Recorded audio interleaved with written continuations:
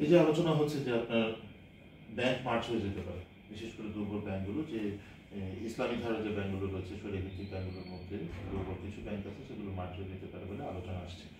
আপনার কাছে কি মনে হয়, ব্যাংক মার্চ করা ঠিক হবে?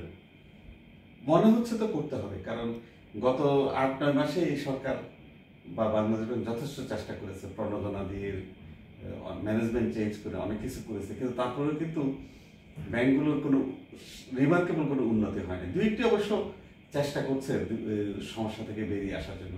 সুতরাং মনে হয় যে মার্চ করতেই হবে। মার্চ করলে আমানত যারা রেখেছে, ব্যাংকে টাকা যারা রেখেছে, ওনাদের টাকার কি হবে? সেটাই হলো ইন্টারেস্টিং ব্যাপার। যদি মার্চ করে তাহলে আমানতকারীদের স্বার্থ রক্ষা হবে, তাদেরকে আইদার টাকাটা দিয়ে দিতে পারবে অথবা সার্টেন একটা সময় পরে পর্যায়ক্রমে টাকাটা দিয়ে দিতে পারবে, অথবা আমাদের অভিজ্ঞতা বলে তাদেরকে শেয়ার দিয়ে দিবে, এরকম কিছু একটা করতে পারে। কিন্তু ব্যাংক যদি ব্যাংকরাপ্ট হয়ে যায় তাহলে কিন্তু পুরো আমানতকারীরা পুরো টাকাটা পাবে না। শুধু সেদিক থেকে মন্দের ভালো, মার্চ করুক, তাতে আমানতকারীদের স্বার্থ সুরক্ষা হবে। আচ্ছা, ধরে নিলাম 5টা ব্যাংক একসাথে মার্চ হবে, 5টা ব্যাংকের মধ্যে কারো 80% খারাপ, কারো 60% খারাপ, কারো 50% খারাপ, কারো 40% খারাপ, এভাবে ধরে নিলাম। তো এখন পুরোপুরি 5টা ব্যাংক একসাথে মার্চ হয়ে যদি 60% অ্যাভারেজে খারাপ হয়, 60% খারাপ লোন নিয়ে 5টা ব্যাংকের অ্যাকুমুলেটেড টাকা নিয়ে কিভাবে আগাবে? মানে খারাপ তো রয়ে গেল বেশিরভাগ, সেই খারাপ যদি খারাপই থাকে, খারাপ যদি আদায় না হয়, তাহলে আসলে যে প্ল্যানটা করা হচ্ছে মানুষের টাকা আস্তে আস্তে ফেরত দেওয়া যাবে, সেটা কিভাবে হবে? আমি যে বলেছি মার্চ করাটা মন্দের ভালো।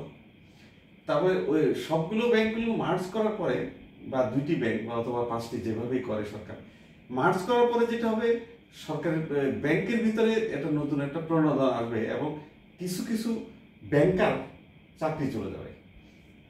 আপনি আপনি আপনি নিজেও ব্যাংকার, আপনি জানেন যে সব ব্যাংকারই কিন্তু ভালো না, তাদের ভিতরে কিছু লোক আছে যাদেরকে সরিয়ে দেওয়া দরকার ব্যাংকগুলোকে ঠিক করার জন্য, তারা থাকবে না। আর সবচেয়ে বড় কথা হচ্ছে যে এখন যে ট্রেন্ডে ইনভেস্টমেন্টটা চলছে, সেই ট্রেন্ডটা চেঞ্জ হয়ে যাবে, রিকভারির নতুন একটা প্রণোদনা আসবে। আর ব্যাংকটা যখন 5টা ব্যাংক একাত্র হয়ে যখন একটা ব্যাংক হবে, সরকারকেও প্রণোদনা দিতে তার একটু সুবিধা হবে, ওয়াচ করতে বাংলাদেশ ব্যাংকের নিয়ন্ত্রণটা আরো বেটার হবে। সবকিছু মিলিয়ে অভিজ্ঞতা বলে যে এই ধরনের ব্যাংকগুলোকে মার্চ করে ফেলাটাই ভালো। আচ্ছা, এখানে একটা জিনিস বলি, ব্যাংকের ক্ষেত্রে ব্যাংক যখন ঋণ আদায় করার জন্য মামলা করে থাকে, অর্থ ঋণ আদালতে যদি মামলা করে থাকে, এটা ব্যাংকের জন্য সহজ। অর্থ ঋণ আদালতে ব্যাংকের পক্ষে আইনটা করা আছে এবং রায়গুলো সাধারণত ব্যাংকের পক্ষে আসে। অর্থ ঋণ আদালতে মামলা করার পরে অর্থ ঋণ আদালতের সর্বোচ্চ সাজা হচ্ছে 1 বছর। 1 বছর জেল খাটলে তারপরে আর ওনাকে জেল খাটানো যাবে না, ওনাকে শাস্তি দেওয়া যাবে না। কিন্তু উনি যদি কোনো শাস্তি না পায়, কিসের ভয়ে টাকাটা ফেরত দিবে? মানে প্রথমত আপনাকে বলি, শাস্তির ভয়ে মানুষ টাকা ফেরত দিবে বা ঋণ খেলাপি হবে না, এই ধারণাটাই ভুল।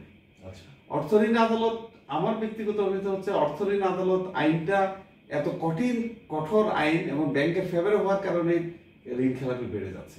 এই কথাটা একজন ব্যাংকার হিসাবে আপনি হয়তো সহজভাবে হজম করতে পারবেন না। কারণ হচ্ছে আপনাদের ভিতরে এমন একটা রিল্যাক্টেন্স ভাব যে অর্থ ঋণ আদালত আইন তো আছে, কোর্ট আছে, টাকা আদায় করে দেবে। না, অর্থ ঋণ আদালতে আপনার 2 লক্ষ কোটি টাকার মামলা ঝুলে আছে, যেখান থেকে 2000 কোটি টাকাও এখন আদায় হচ্ছে না।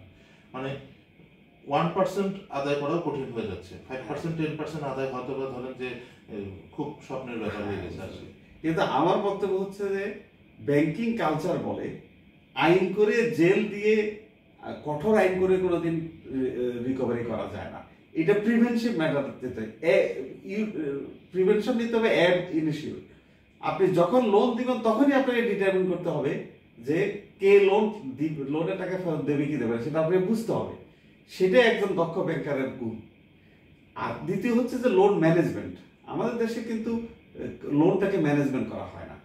যেমন ধরেন, আপনারা কি লোন দেওয়ার পরে তাকে সুপারভাইজ করেন? ডে টু ডে করেন না। অথচ ব্যাংকের নীতিমালায় আছে আপনাকে লোন ম্যানেজমেন্ট করতে হবে। লোন ম্যানেজমেন্ট করতে হবে মানে প্রতিদিন যে ট্রানজাকশনটা হচ্ছে এটার উপর আপনাকে ওয়াচ রাখতে হবে। এক সময় পাকিস্তানে আমলে নিয়ম ছিল যে আপনার ব্যাংক, স্ট্যান্ডার্ড ব্যাংক একটা ইন্ডাস্ট্রিকে লোন দিলে সেই ইন্ডাস্ট্রির বোর্ডে একজন অফিসিয়াল ডিরেক্টর দেওয়া হতো ব্যাংক থেকে। সেই ডিরেক্টর বোর্ডে বসে বসে প্রত্যেকটি ট্রানজাকশন দেখতো এবং প্রত্যেকটা এক্সপেন্ডিচার ইনকাম অনুমোদন করতো। আপনি আপনার ব্যাংক যদি এখন প্রতিটি ট্রানজাকশন অনুমোদন করে এবং ওয়াচ করে, তাহলে টাকাটা যদি ডাইভার্ট হয়ে যাওয়া, টাকাটার মিসইউজ হওয়া থেকে আপনি ওয়াচ করবেন, আপনি দেখবেন। আপনি তো সেটা দেখছেন না। আপনি বছরের শেষে 30 জুনে এসে বলছেন আমার টাকা দাও। 1 বছর পরে আপনি টেলিফোন করলেন, চিঠি দিলেন, আপনি রেকর্ড করে বললেন আমি তো চিঠি দিয়েছি, আমি তো টেলিফোন করেছি, তারা তো টাকা দেয় না। আপনি একজন ব্যাংকের হিসেবে ভাবতে পারেন যে আমি আপনার বিরুদ্ধে বলছি। আমি আপনার বিরুদ্ধে বলছি না, আমি সিস্টেমের বিরুদ্ধে বলছি। এইটাকে যদি এই টোটাল কালচারটাকে যদি ব্যাংকারদের এই কালচারটাকে যদি পরিবর্তন করা যায়, তাহলে ঋণ খেলাপিটা কোনো সমস্যা না। আমি আবার বলছি, মামলা করে টাকা আদায় করার হচ্ছে পৃথিবীতে সবচেয়ে খারাপ পদ্ধতি লোন রিকভারি। আপনার লোন ডিফল্টারই হবে না, সেরকম একটা অবস্থায় আপনাকে যেতে হবে। ওকে, নাইস। কিন্তু এখন যে অবস্থা হয়ে গেছে, এখন যেমন 5 লাখ কোটি টাকা খেলাপি নেই, 4 লাখ সামথিং, 5 লাখ হয়ে যাবে। আনঅফিসিয়ালি বলা হচ্ছে যে এটা হয়তো 6 লাখ হয়ে যাবে। এটা হয়তো এখানে নীতিমালারও কিছু ব্যাপার আছে। নীতি পরিবর্তন করার কারণে হয়তো এত বেড়েছে। নীতি পরিবর্তন, নীতিটাকে রিভার্স করলে হয়তো এত কমে যাবে। 2 লাখ কোটি টাকাও যদি হয়, এটাকে আদায় হবে কিভাবে? এটা হয়ে গেছে, চলে গেছে, এই টাকা আদায় তাহলে কিভাবে? এই প্রশ্নের উত্তর আমি দিতে পারবো না। একজন ব্যাংকার হিসেবে আপনি কি দিতে পারবেন? পারবেন না। যেমন ধরেন এস আলমের যে টাকাটা আছে, এস আলমের যে সম্পদের হিসাব পত্রিকা, একটা নিউজ আসলে আমি প্রত্যেকটা নিউজ মনোযোগ দিয়ে পড়ি। আমি দেখছি যে এস আলম যত টাকা নিয়েছে তার অর্ধেক টাকাও রিকভারি হবে না তার বাংলাদেশের সম্পদ থেকে। তার মূল সম্পদ তো বিদেশে, দেশের বাইরে। তা আপনি সেই টাকা আনবেন কি করে? সেই টাকাটা আনাটা অসম্ভব আমি বলছি না, কিন্তু এটা খুবই কঠিন কাজ, এবং সেটাকে পুরোপুরি আনা তাও অনেক কঠিন কাজ। তার তার সারা পৃথিবীতে যত সম্পদ আছে সব সম্পদ আনলে তার লাইবিলিটি মিট আউট করতে পারবেন, বা বেশিও থাকতে পারে, কিন্তু আপনি পুরো টাকাটা আনবেনটা কি করে? আর আপনার অভিজ্ঞতা থেকে আপনি জানেন, 100 কোটি টাকার একটা প্রপার্টি যখন ব্যাংক অকশন করে, ব্যাংক কিন্তু 50 কোটি টাকাও পায় না, ফেয়ার প্রাইস পায় না। তো আপনি যে সম্পদটা আপনি দেখছেন 3000 কোটি টাকা, হ্যাঁ, সেই সম্পদ আপনি 3000 কোটি টাকা পাবেন না, আপনি পাবেন 1000 কোটি টাকা, 1500 কোটি টাকা। তাহলে আপনি তার লোনটা আপনি অ্যাডজাস্ট করবেন কি করে? তার মানে ব্যাংকের ঘাটতি থেকেই যাবে। এই ঘাটতি পূরণ করার কোনো পদ্ধতি, জাদু ছাড়া কোনো পদ্ধতি মানে আপনার মেসেজটা হচ্ছে যে পুরোপুরি ঘাটতি পূরণ করা যাবে না, তবে ওর যে যেমন আমরা পত্রিকা দেখেছি 500 কোটি টাকার জমি নিলামে উঠেছে, 400 কোটি টাকার জমি নিলামে উঠেছে, ভোজ্য তেলের কারখানা নিলামে উঠেছে, স্টিল মিল নিলামে উঠেছে। নিলামে উঠা মানেই কিন্তু এটা বিক্রি নয়। বাংলাদেশে এটা খুবই কঠিন, নিলাম দিয়ে বিক্রি করে ফেলা বাংলাদেশে ভীষণ কঠিন ব্যাপার। আচ্ছা, যদি ধরে নিলাম যে বিক্রয় হয়ে যায়, যেহেতু এটা বড় খুবই পরিচিত এবং এখানে ইনফ্লুয়েন্সিয়াল অনেকগুলো ইস্যু আছে, সে কারণে বিক্রিও হয়ে গেল 2000, 5000, 10,000, এরপরে ওনার তো ঋণ হচ্ছে 1 লাখ কোটি টাকা। 1 লাখ কোটি টাকা, হ্যাঁ, তো অর্ধেক তো না, 50% যে বলছেন, অর্ধেক তো না, হ্যাঁ, 20% হয়তো আদায় হতে পারে। 20%ও যদি আদায় করা যায়, সেটাও কিন্তু ব্যাংকগুলোকে ব্রিদিং একটা নিয়ে আসবে। এখন যেভাবে গলা চিপে আছে, সেটা কিন্তু ছুটে যাবে। হ্যাঁ, সেই জন্যই তো অলরেডি আজকে পত্রিকাতে দেখলাম যে 3টা ইন্ডাস্ট্রি নিলামে দেওয়া হচ্ছে। দেখা যাক কি আউটকাম হয়। তাছাড়া এত বড় ইন্ডাস্ট্রি কিনে ফেলা, আউটরাইট কিনে ফেলা, এটা কিন্তু খুব কম এন্টারপ্রেনারের পক্ষে সম্ভব। ক্রেতা থাকতে হবে। এত বড় একটা প্রপার্টি কিনবে, কে কিনবে? 1000 কোটি টাকা দিয়ে কিনবে, 3000 কোটি টাকা, কে 3000 কোটি টাকা কে ক্যাশ টাকা বের করতে হবে? কার এর সামর্থ্য আছে? সুতরাং ওগুলো একটা বিবেচনায় নিতে হবে। সেই কারণেও বেশি দাম পাওয়া যায় না। অথচ আমাদের দেশের যে অ্যাকাউন্টিং সিস্টেম, ওইটার লাইবিলিটি অ্যাসেট 3000 কোটি টাকা, এর এগেইনস্টে লাইবিলিটি কি পরিমাণ আছে আমরা কি কোনো অ্যাসেসমেন্ট করতে পারবো? সেখানে তো আরেকটা ট্রান্সপারেন্সির অভাব আছে, ইনফরমেশন লেকিং আছে। যিনি কিনবেন ওনারও তো একটা রিস্ক ফ্যাক্টর আছে, সঠিক অ্যাসেট পাবেন কিনা, সম্পদটা ঠিক মতো পাবেন কিনা, সেটাও তো কোনো গ্যারান্টি নেই। তো সুতরাং দাম বেশি পাবেন কিভাবে? সবকিছু মিলিয়ে দেখা যাচ্ছে আমরা এই বিপদ থেকে রক্ষা পাওয়ার জন্য যে স্ট্রেইট কোনো পথ তো নাই। যত আন্তরিকভাবেই এই সরকার কাজ করুক, ঘাটতি থেকে যাবে, সেই ঘাটতিটা প্রফিট করে এই ব্যাংকগুলোকে নিজস্ব প্রফিট থেকে এই লসগুলোকে মেকআপ করতে হবে। এর কোনো বিকল্প আমি তো দেখতে পাচ্ছি না। একটা লম্বা সময় পরিকল্পনা, খুবই ধীরে লম্বা। ধীরে ধীরে ধীরে অনেক লম্বা সময় নিয়ে এটা অনেক লম্বা হিসাব সময় করে আসতে হবে। এবং এটার যে ডিরেক্টররা আছেন, ওনারা ওনাদের শেয়ার হোল্ডাররা আছেন, বহু বছর পর্যন্ত ওনারা হয়তো কোনো শেয়ারের Dividend পাবেন না। ডিভিডেন্ড পাবেন না, এটাও তো হতে পারে। আর তাছাড়া একটা ব্যাংক, মনে করেন ব্যাংকাররা আছে সেখানে, ব্যাংক যদি ক্রনিক লসে থাকে, তাদের বোনাসই বা হবে কি করে, ইনক্রিমেন্ট হবে কি করে, প্রমোশন কিভাবে হবে, সেগুলো কিন্তু একটা চ্যালেঞ্জ আছে। সেক্ষেত্রে ব্যাংকটা ভালো রানও করবে, ধরো ব্যাংকাররা খুব বেশি উৎসাহীও হবে না, প্রণোদনা পাবে না, তারা কি ভালো মতো কাজ করতে পারবে, সবকিছু মিলে কোনোভাবে দেশের জন্য সুখবর না।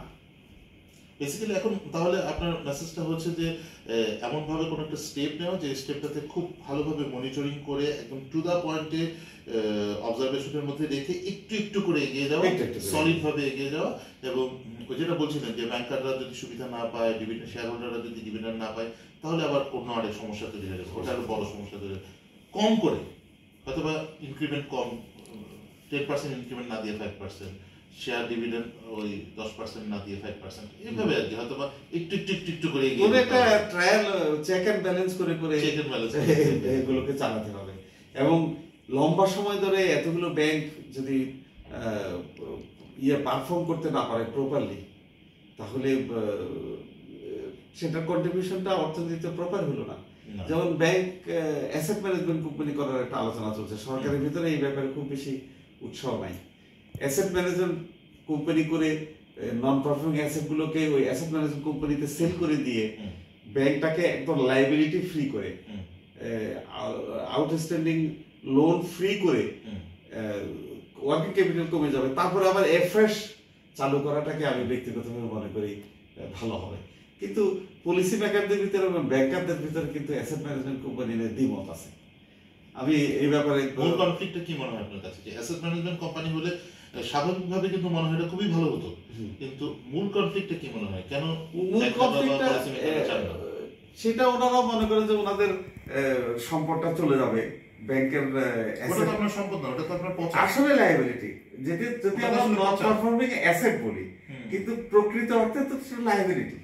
সে লায়াবিলিটি রেখে ব্যাংকারদের কি লাভ, পলিসি মেকারদের কি লাভ, আমি কিন্তু সেটা বুঝি না। আর তবে অ্যাসেট ম্যানেজমেন্ট কোম্পানির একটা চ্যালেঞ্জ আছে, অ্যাসেট ম্যানেজমেন্ট কোম্পানিটা করার পরে সেটাকে রান করার মতো ইফিশিয়েন্ট ম্যানেজার, ইফিশিয়েন্ট অ্যাডমিনিস্ট্রেটর আমাদের দেশে আছে কিনা, ওই ইফিশিয়েন্ট ব্যাংকার, অর্থনীতিবিদ, আইনজ্ঞ আছেন কিনা, সেটা কিন্তু একটা প্রশ্ন। কারণ একটা সিক ইন্ডাস্ট্রিকে কিনে সেটাকে ভাইব্রেন্ট করে তোলা, তারপর সেটাকে আবার বিক্রি করা, এটা ম্যানেজারের থেকেও যোগ্য ম্যানেজার দরকার। হ্যাঁ, তো সেটা আমাদের দেশে কোথায়, সে ম্যান পাওয়ার তো আমাদের দেশে নাই। তারপরেও সেটা একটা পদ্ধতি, সারা দুনিয়াতে স্বীকৃত একটা সিস্টেম করতে পারলে মনে হয় কিছু মানুষ কিছু একটা করতে হবে। বড় কথা হচ্ছে আমাদের দেশে কিন্তু ব্রিলিয়ান্ট স্টুডেন্ট গুলো প্রতি বছর ব্রেন ড্রেন হয়ে চলে যায়। এই জায়গাগুলোতে যদি ব্রিলিয়ান্ট স্টুডেন্ট গুলোকে ইনভাইট করা হয়, ওর মেধার যাচাইটাকে, মানে ওর মেধাটাকে সম্পূর্ণভাবে মূল্যায়ন করা হয়, আমার মনে হয় এখানে ভালো কিছু ভাইব্রেন্ট কাজ করবে। কারণ আপনাকে আমি ব্যাংকের ভেতরে থেকে কিছু খবর যদি বলি, আপনার ব্যাংকগুলোকে কিন্তু বেসিক্যালি মানে ব্যাংকের যে অপারেশনগুলো চলে, আপনি যেটা বলছিলেন লোন ডিসবার্সমেন্ট, বা ব্যাংকের তো প্ল্যান হচ্ছে লোন ডিপার্টমেন্ট, সেই লোন ডিপার্টমেন্টের অপারেশনগুলো যে চলে, সেখানে কিন্তু ব্যাংক চেষ্টা করে সবসময় বেছে বেছে একদম সুপ্রিম কোয়ালিটির স্টুডেন্টস বা সুপ্রিম কোয়ালিটির মেধাবী মানুষগুলোকে সেখানে দেওয়ার জন্য। ব্যক্তিগতভাবে উনি করাপ্টেড হয়ে যায় পরে, সেটা ভিন্ন বিষয়, কিন্তু ওই মানুষগুলোকে এখানে রাখার জন্য চেষ্টা করে, ওনাকে প্রমোশন দিয়ে, ইনক্রিমেন্ট দিয়ে, বোনাস দিয়ে ওনাকে ধরে রাখার জন্য চেষ্টা করে, যাতে উনি ব্যাংকের ফেভারে কাজ করে। তো ঠিক সেই একইভাবে আমার মনে হয় যদি ওই আপনার অ্যাসেট ম্যানেজমেন্ট কোম্পানিতেও এই ধরনের কিছু নিয়োগ দেওয়ার সময় ব্রিলিয়ান্ট স্টুডেন্ট বা ব্রিলিয়ান্ট মানুষগুলোকে নিয়োগ দেওয়া যায় এবং ওনাদেরকে নার্সিং করা যায়, প্রণোদনা দিলে মনে হয় কাজ করবে। কেন করবে না? উনি বিদেশে গিয়ে কাজ না করে দেশের জন্য কাজ করবে। হ্যাঁ, আমি টপ ম্যানেজমেন্টের কথা বলছি, এন্ট্রি লেভেলে ব্যাংকার পাওয়া যাবে, এটা কিন্তু ব্যাংকার না, মিড লেভেলের কথা বলছি। ইন্ডাস্ট্রি, একটা ইন্ডাস্ট্রিকে পরিচালনার জন্য ম্যানেজার দরকার এবং অ্যাডমিনিস্ট্রেটর দরকার, লিডার দরকার। এখন আপনাকে একটা ছোট্ট রেফারেন্স দেই, এই সরকারে বিদেশ থেকে অনেকগুলো যোগ্য লোক এসে জয়েন করেছেন অ্যাডভাইজার পদে, মন্ত্রী পদে। আমি কিন্তু এদের পারফরমেন্স দেখে খুবই সন্তুষ্ট। আমার কাছে মনে হচ্ছে যে এই মানুষগুলো কোথায় ছিল এতদিন। তো সেই রকম এই সরকারের যেহেতু এর একটা ভীষণ আছে বা যোগাযোগটা আছে, যোগ্য লোকরা কোথায় আছে সেখানে খুঁজে বের করা, তারা যদি কিছু যোগ্য অ্যাডমিনিস্ট্রেটরকে বের করে একটা অ্যাসেট ম্যানেজমেন্ট করে তার দায়িত্ব, পৃথিবীর যে কোনো প্রান্ত থেকে নিয়ে যেগুলো আসবে, থেকে কোনো নিয়ে অসুবিধা নেই। কারণ সারা পৃথিবীর বিভিন্ন ব্যাংকের সিস্টেমে বাংলাদেশের অভিজ্ঞ ব্যাংকাররা আছে। শুধু ব্যাংকার না, আমি বলছি যে ম্যানেজার বা অ্যাডমিনিস্ট্রেটর, পলিসি মেকার, সেরকম এনে যদি অ্যাসেট ম্যানেজমেন্ট কোম্পানি করা হয় এবং সেটা দায়িত্ব দেওয়া হয়, নিশ্চয়ই বর্তমান যে অবস্থা তার থেকে অনেক ভালো অবস্থায় নিয়ে যাবে। এবং নন পারফর্মিং অ্যাসেটগুলোকে পারফর্মিং করা, সিক ইন্ডাস্ট্রিগুলোকে সুস্থ করা, বন্ধ হয়ে যাওয়া ইন্ডাস্ট্রিকে আবার চালু করা, এই পদ্ধতি করে যখন এটাকে একটা সুস্থ অপারেশনাল একটা ইন্ডাস্ট্রি করা হবে, তখন ফেয়ার দামে এমনও হতে পারে যে নন পারফর্মিং লোন, তাদের যত আউটস্ট্যান্ডিং লোন আছে, সমপরিমাণ টাকা দিয়ে এই ইন্ডাস্ট্রিকে বিক্রি করে ব্রেক ইভেন পয়েন্টে চলে আসতে পারে। এবং এই স্বপ্ন আমি ব্যক্তিগতভাবে দেখি। নিশ্চয়ই আমরাও দেশবাসী দেখি যে অ্যাটলিস্ট একটা না একটা পদ্ধতিতে তো আসতে হবে। এটাই মনে হয় বেস্ট। আমাদের একটা এক্সিট বের করতে হবে, কারণ এইভাবে তো দিনের পর দিন, বছরের পর বছর আমরা তো এই জাতি এভাবে চলতে পারে না। খারাপ সময়টা আমরা পার করে এসে আমরা তো এখন থেমেছি। এখন আমরা আবার ব্যাক করে সামনের দিকে যাওয়ার একটা পদ্ধতি আমাদেরকে বের করতে হবে, এবং সেটা করার জন্য আমাদের নতুন লিডার দরকার, নতুন ম্যানেজমেন্ট দরকার, নতুন ম্যানেজার দরকার। তাদেরকে আমরা খুঁজে বের করি। নিশ্চয়ই তাদেরকে বের করি। Thank you. Thank you very much.